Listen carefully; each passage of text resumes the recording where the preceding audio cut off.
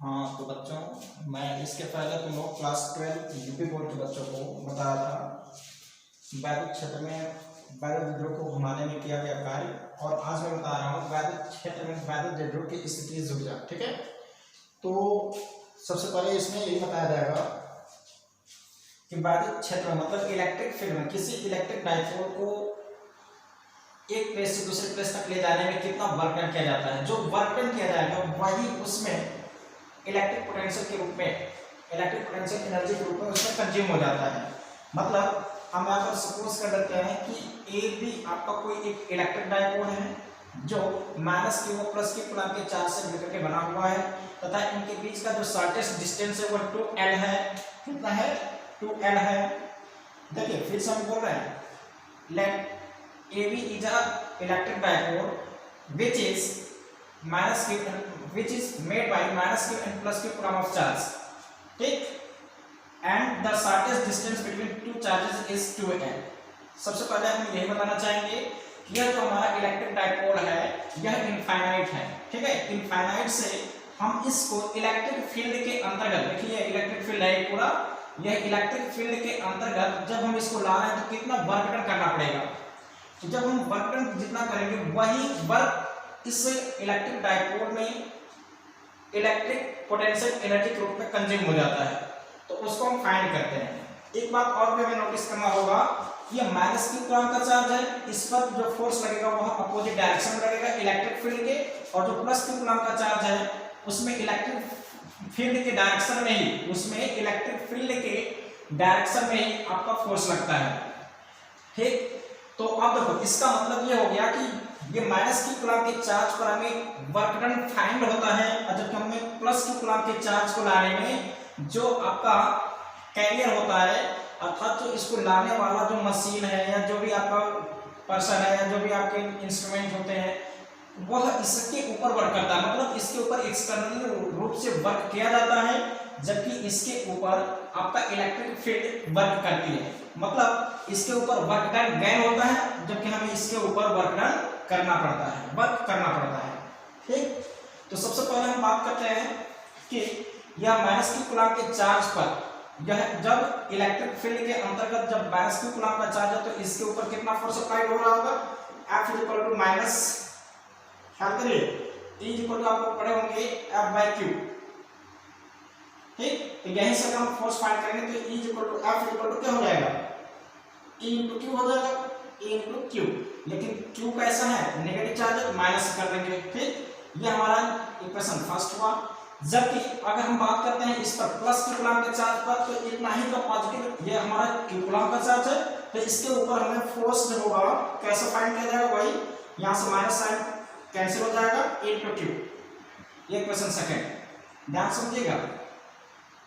मतलब इसको हम जब मतलब इस पूरे इलेक्ट्रिक डाइपोल को इनफाइनाइट से जब हम इलेक्ट्रिक फील्ड के अंतर्गत लाते हैं तो इस कंडीशन में माइनस क्यू कूलम्ब के चार्ज पर वर्क जो होता है इलेक्ट्रिक फील्ड के माध्यम से होता है, और प्लस क्यू कूलम्ब के चार्ज के ऊपर जो मशीन लाने वाली होती है वह इसके प्लस क्यू कूलम्ब के चार्ज के ऊपर वर्क करती है। ठीक, मतलब इसके ऊपर वर्क हमें एक्सटर्नली रूप से करना पड़ता है, और जबकि इसके ऊपर वर्क हमारा इलेक्ट्रिक फील्ड करता है। ठीक, एक बात और नोटिस करने वाला है इसमें कि माइनस क्यू कूलम्ब के चार्ज और प्लस क्यू कूलम्ब के चार्ज को देखा जाए तो माइनस क्यू कूलम्ब का जो चार्ज है इनफाइनाइट से जब हम इसको इस प्लेस तक लाते हैं, इलेक्ट्रिक फील्ड के अंतर्गत लाते हैं, तो प्लस क्यू चार्ज की अपेक्षा मतलब इन दोनों के कंपैरिजन में प्लस क्यू कूलम्ब का जो चार्ज, माइनस क्यू कूलम्ब का जो चार्ज है वह 2L डिस्टेंस अधिक दूरी ट्रेवल किया है, अधिक दूरी तय किया है। तो अब हम बात करते हैं कि इसके ऊपर वर्क डन हमारा जब हमारा अधिक दूरी तक डिस्प्लेस किया गया है तो मतलब इसके ऊपर अधिक वर्क डन हुआ है इलेक्ट्रिक फील्ड के माध्यम से, और इसको कम डिस्टेंस तक डिस्प्लेस किया गया है। तो इसका मतलब ये क्या कि इसके ऊपर एक्सटर्नल रूप से कम वर्क किया गया है। क्यों? क्योंकि हमें सेम फोर्स लगाना पड़ रहा है, बट यही हमारा क्या है कि अधिक दूरी तक डिस्प्लेस किया गया या कम दूरी तक डिस्प्लेस किया गया है। क्यों? क्योंकि देखिए इनफाइनाइट से यह कम डिस्टेंस पर है, ठीक, लेकिन इनफाइनाइट से जब हमारा 2L डिस्टेंस अधिक दूरी पर हुआ, तो मतलब माइनस क्यू कूलम्ब के चार्ज पर प्लस क्यू चार्ज के अकॉर्डिंग इसकी जो हमने मतलब इस माइनस क्यू कूलम्ब के जो चार्ज को हमने डिस्प्लेस किया है वो अधिक डिस्टेंस तक किया है, तो वो भी कितना 2L दूरी तक अधिक डिस्टेंस तक हमने इसको डिस्प्लेस किया। तो इस कंडीशन में हमारा -q कूलम्ब के चार्ज पर जो वर्क डन फाइंड हो रहा है बाय इलेक्ट्रिक फील्ड के जरिए वो हमारा अधिक होगा। तो हमारा वर्क कितना हो जाएगा, वर्क इसी को बोलते हैं net work is equal to force into displacement. Displacement का मतलब हम इन दोनों के कंपैरिजन में देखेंगे तो कितना डिस्टेंस है, वो 2L है। तो फोर्स कितना अप्लाई होगा -q कूलम्ब के चार्ज के ऊपर, यह आ जाएगा -E/Q। इसको इक्वेशन 4 मान लेते हैं। ये दोनों मैग्नीट्यूड में सेम है बट डायरेक्शन में ऑपोजिट है। तो हम जब -q कूलम्ब के चार्ज पर अधिक वर्क डन फाइंड हो रहा है तो इस वजह से माइनस वाला रखेंगे, ये हो जाएगा W नेट लिखें या लिखें, लेकिन ये हमारा नेट वर्क हो जाएगा W इज इक्वल टू, चलो लिख ही लेते हैं आपके प्लस पर, लेकिन फ्रॉम क्वेश्चन फर्स्ट में थर्ड।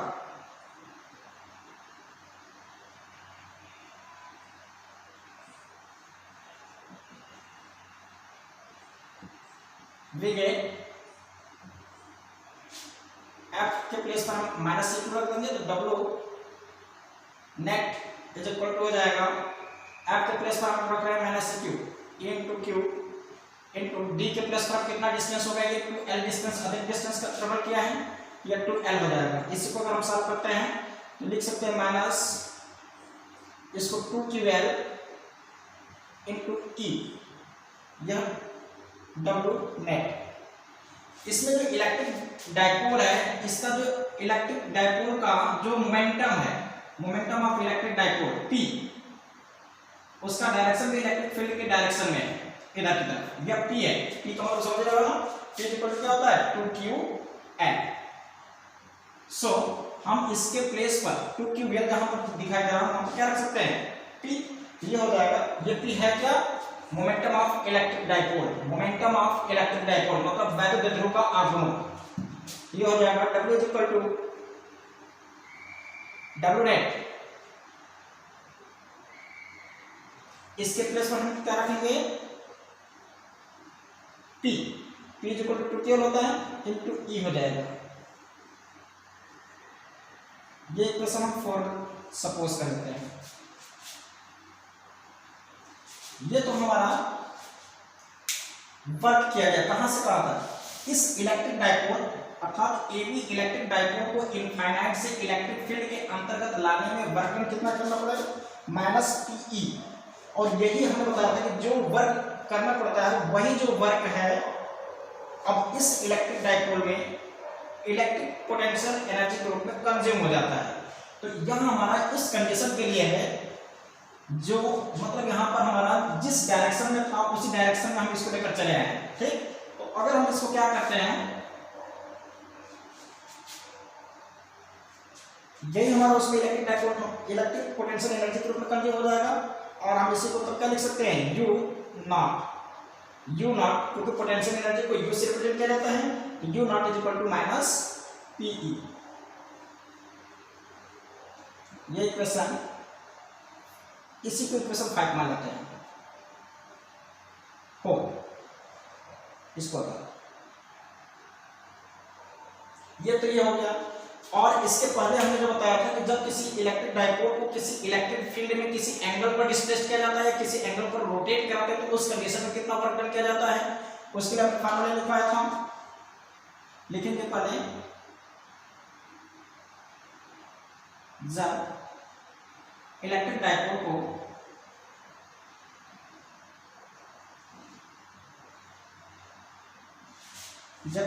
डाइपोल को इलेक्ट्रिक फील्ड में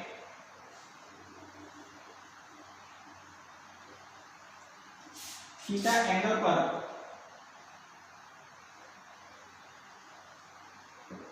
थीटा एंगल से डिस्प्लेस किया जाता है, रोटेट किया जाता है,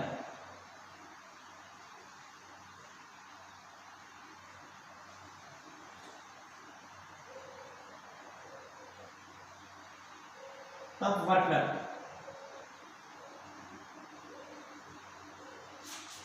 ये W इज इक्वल टू बताया गया था PE इन ब्रैकेट में 1 माइनस cos थीटा। फार्मूले का डेरिवेशन हमने करा रखा है इसके जस्ट पहले वाले वीडियो में। ये इक्वेशन 5। अब इसका मतलब क्या होगा कि इस कंडीशन में अगर हम इसको इसमें ध्यान समझ लीजिएगा, ये तो हमारा किसके लिए है कि वह जिस डायरेक्शन में इलेक्ट्रिक फील्ड के था उसी डायरेक्शन में हमने उसको लेकर चलाया इलेक्ट्रिक फील्ड के अंतर्गत। जब हम उसको इलेक्ट्रिक फील्ड के अंतर्गत ला करके जब हम उसको थीटा एंगल पर डिस्प्लेस करते हैं या रोटेट करते हैं तो इस कंडीशन, जैसे मान लीजिए इलेक्ट्रिक डाइपोल है तो हम इसको इनफाइनाइट से जब हम ऐसे ही लेकर चले आए यहाँ पर, ठीक, तो इस कंडीशन में हमें वर्क कितना करना पड़ा है, ठीक। और यही जो वर्क करना है उसमें इस इलेक्ट्रिक डाइपोल में किसमें इलेक्ट्रिक पोटेंशियल एनर्जी के रूप में कंज्यूम हो गया, ठीक।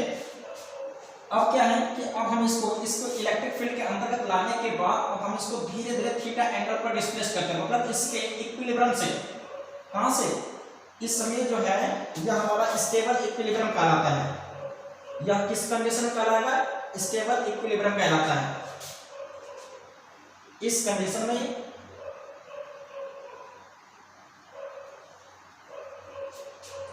इसको मैं कहां लिखूं, चलिए इसको हटा देते हैं,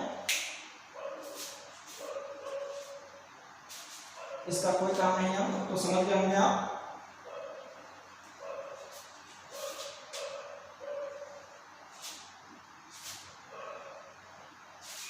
ये जो कंडीशन है इक्वेशन नंबर 4 था, इस कंडीशन में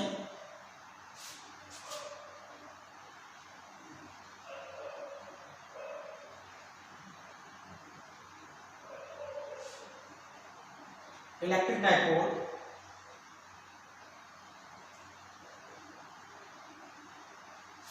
इस कंडीशन में इलेक्ट्रिक डाइपोल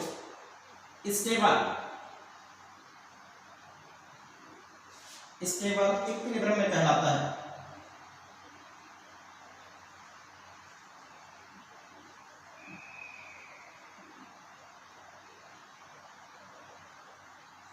इक्विलिब्रियम में कहलाता है, जिसको बोलते हैं साम्य या संतुलन की स्थिति।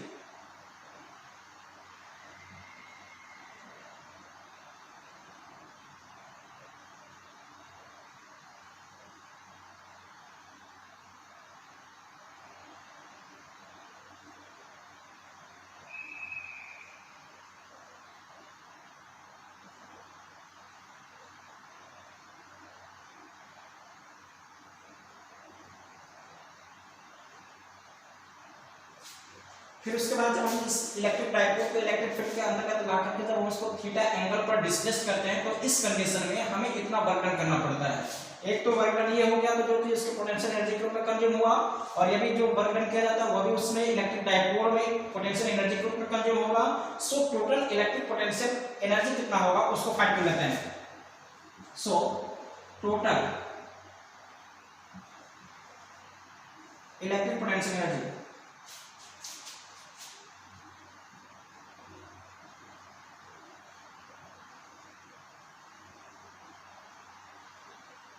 Of electric dipole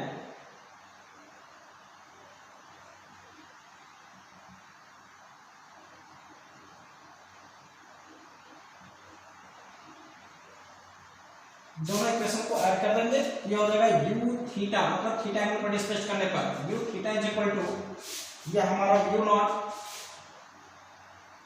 plus w हो जाएगा। ये इक्वेशन 6 मान लेते हैं। तो from equation 4, 5th and 6th we get, इसके आगे हम यहाँ से यूज करते हैं।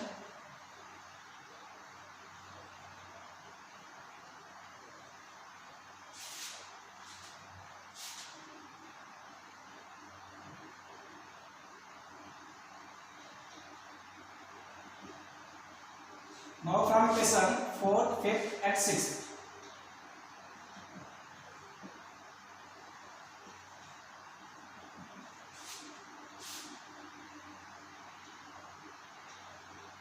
we get, इसके स्थान पर u नॉट के स्थान पर हम माइनस पी रख देंगे और w के प्लेस पर पी इन ब्रैकेट में 1 प्लस cos थीटा रख देंगे, तो वही हमारा इलेक्ट्रिक पोटेंशियल एनर्जी हो जाएगा इलेक्ट्रिक फील्ड में, ठीक है। तो u theta is equal to हो जाएगा, इसके प्लेस पर u नॉट के प्लेस पर माइनस पी रख सकते हैं क्या, फिर प्लस w के प्लेस पर हम क्या रखेंगे पी इन ब्रैकेट में 1 माइनस cos थीटा। अब इसको सॉल्व कर लेते हैं, ये माइनस पी प्लस इसके अंदर हम इसका मल्टीप्लाई कर लेते हैं, माइनस मतलब ये पीई फिर माइनस पीई कॉस थीटा होगा। अब देखिए ये पीई से पीई क्या हो जाएगा, कैंसिल हो जाएगा। U theta is equal to क्या फाइंड हुआ, माइनस पीई कॉस थीटा। अब देखिए ये जो बर्डन है, एक तरीके से हम इसको बर्डन कह सकते हैं या इलेक्ट्रिक डाइपोल के अंतर्गत वह उसका क्या हो गया, पोटेंशियल एनर्जी हो गई। ठीक, चलिए अब इसके आगे हम नोट्स लिखवाते हैं।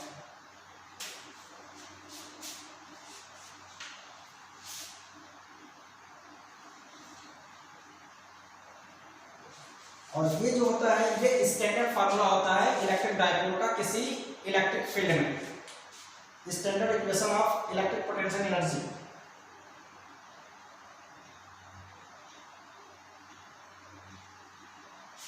Standard equation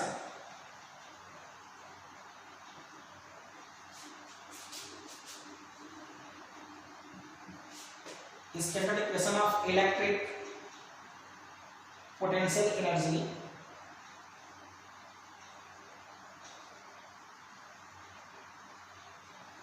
of an electric dipole.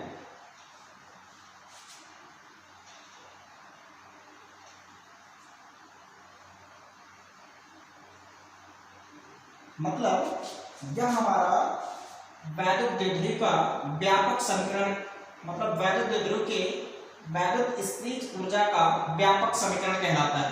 इसको क्या कहेंगे, वैद्युत द्विध्रुव का वैद्युत क्षेत्र में वैद्युत स्थितिज ऊर्जा का व्यापक समीकरण। ठीक,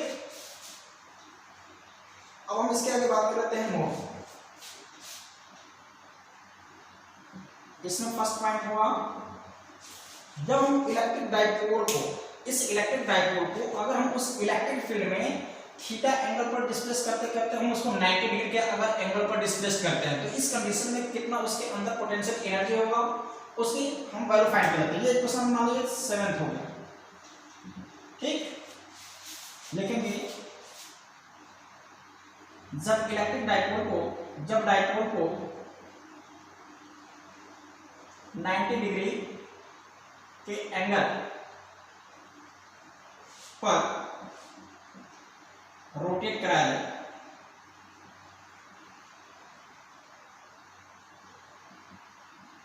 तब पोटेंशियल एनर्जी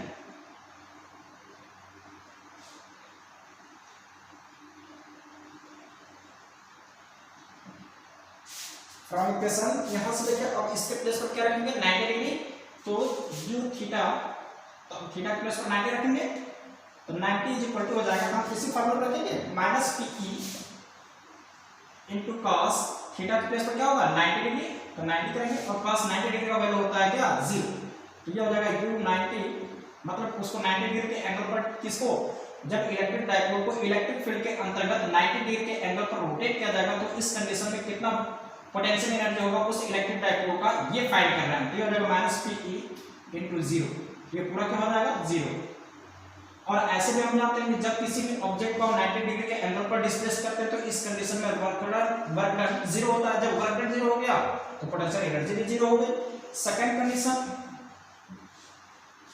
नोट में दूसरा पॉइंट हो जाएगा, जब हम इसको क्या करते हैं 0 डिग्री के एंगल पर डिस्प्लेस करते हैं, मतलब जिस कंडीशन में था और उसी कंडीशन में हम इसको लेकर आते हैं तो इस कंडीशन में उसकी पोटेंशियल एनर्जी कितनी होगी। इलेक्ट्रिक डाइपोल इनफाइनाइट पर जिस कंडीशन में था उसी एंगल पर जब हम उसको इलेक्ट्रिक फील्ड के अंतर्गत लाते हैं तो इस कंडीशन में हमारा पोटेंशियल एनर्जी कितना होगा, इसकी वैल्यू की चर्चा कर रहे हैं। ठीक है, अर्थात थीटा इज इक्वल टू जब 0 डिग्री हो,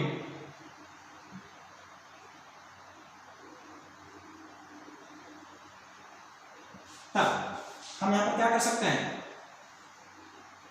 यहाँ थीटा के प्लेस पर 0 डिग्री रखेंगे तो ये हो जाएगा u 0 degree is equal to minus P E into cos 0 degree. तो कॉस 0 डिग्री का वैल्यू 1 होता है, तो u 0 degree is equal to minus P E into 1, ये हो जाएगा u 0 degree is equal to लिख सकते हैं माइनस पीई। और इसके पहले जो हमने बताया था कि वर्क डन इसका कितना होता है माइनस पीई आया था।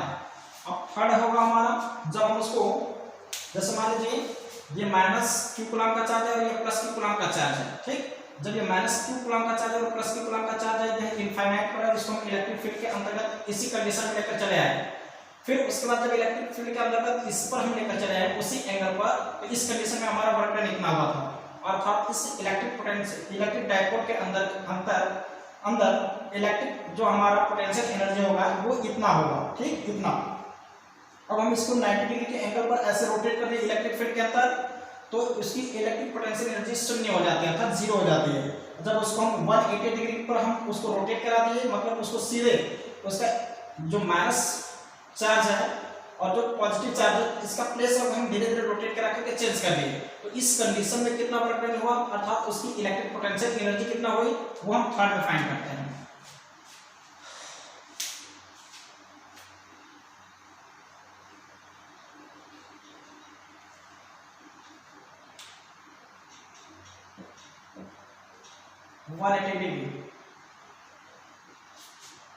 ये हो जाएगा जो 180 इज इक्वल टू हो जाएगा minus P E into cos 180 degree.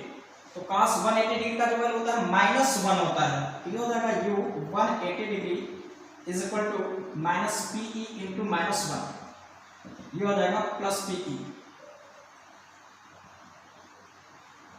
ये हो गया यू 180 डिग्री। इस कंडीशन को हम कहते हैं अनस्टेबल इक्विलिब्रियम, मतलब असंतुलन की स्थिति में होता है इलेक्ट्रिक डाइपोल। मतलब कहने का हमारा पर्पस यही है कि जब इलेक्ट्रिक डाइपोल इस कंडीशन में अगर है, मतलब पॉजिटिव चार्ज इधर है और नेगेटिव चार्ज इधर है, अगर हम इसको ऐसे ही लेकर चले आते हैं तो यह हमारा इस इलेक्ट्रिक फील्ड में जिस कंडीशन में होगा वह हमारा स्टेबल इक्विलिब्रियम कहलाता है, मतलब संतुलन की स्थिति में कहलाएगा। और जब हम इसको रोटेट करके इसका डायरेक्शन चेंज कर दिए तो यह हमारा हो गया, जब मतलब 180 डिग्री के एंगल पर अगर हम इसको रोटेट करा दिए तो इस कंडीशन में होता है अनस्टेबल इक्विलिब्रियम, जिसको बोलते हैं असंतुलन की स्थिति।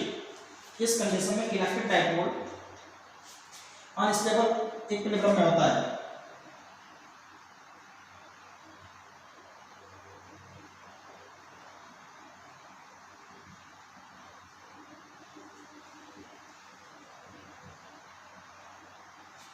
इस कंडीशन में डाइपोल अनस्टेबल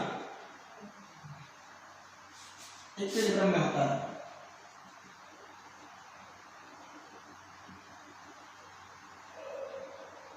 मतलब समझ रहे होंगे असंतुलन।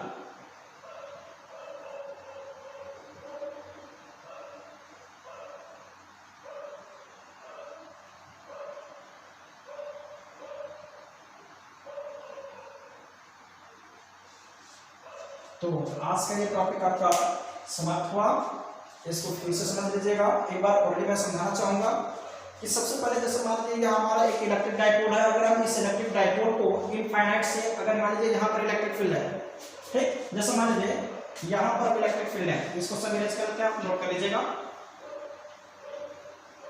यह थर्ड चैप्टर का आपका टॉपिक है, जो बच्चे पहले पढ़ चुके हैं उनके लिए टॉपिक था। UP boards English medium Hindi medium दोनों के लिए है, ये सीबीएसई बोर्ड का भी चाहे तो इससे कवर कर सकते हैं, ऐसी बात नहीं है। जैसे मान लीजिए थोड़ा सा हम इसको और समझा देना चाहते हैं। यह इलेक्ट्रिक डाइपोल है, यहाँ पर ए बी है जो माइनस की और प्लस की कूलम के चार्ज से मिलकर बना है। इनके बीच का जो शॉर्टेस्ट डिस्टेंस है वह 12 है तथा इसका इलेक्ट्रिक डाइपोल मतलब इस इलेक्ट्रिक डाइपोल का जो मोमेंटम होता है वो P मान लेते हैं, ठीक है। इसका डायरेक्शन भी वही है जो इलेक्ट्रिक फील्ड का डायरेक्शन है। इलेक्ट्रिक फील्ड का डायरेक्शन इस डायरेक्शन है, मतलब उधर की तरफ है। जब हम इस या इनफाइनाइट पर इलेक्ट्रिक डाइपोल है, जब इस इलेक्ट्रिक डाइपोल को इनफाइनाइट से इलेक्ट्रिक फील्ड के अंतर्गत जब हम लाते हैं तो इस कंडीशन में कितना वर्क डन किया जाता है, वह वर्क डन जितना करना होता है वह वर्क डन ही इस इलेक्ट्रिक डाइपोल में इलेक्ट्रिक पोटेंशियल एनर्जी के रूप में कंज्यूम होता है। अब उसको रोटेट कराएंगे तो भी हमारा वर्क डन जो होता है चेंज होता रहता है, अर्थात उसकी इलेक्ट्रिक पोटेंशियल एनर्जी भी कन्वर्ट होती रहती है। इस हेडिंग का मतलब, इस टॉपिक का मतलब यही था और कुछ नहीं है। ओके, तो आप लोग नोट कर लीजिएगा ये सब।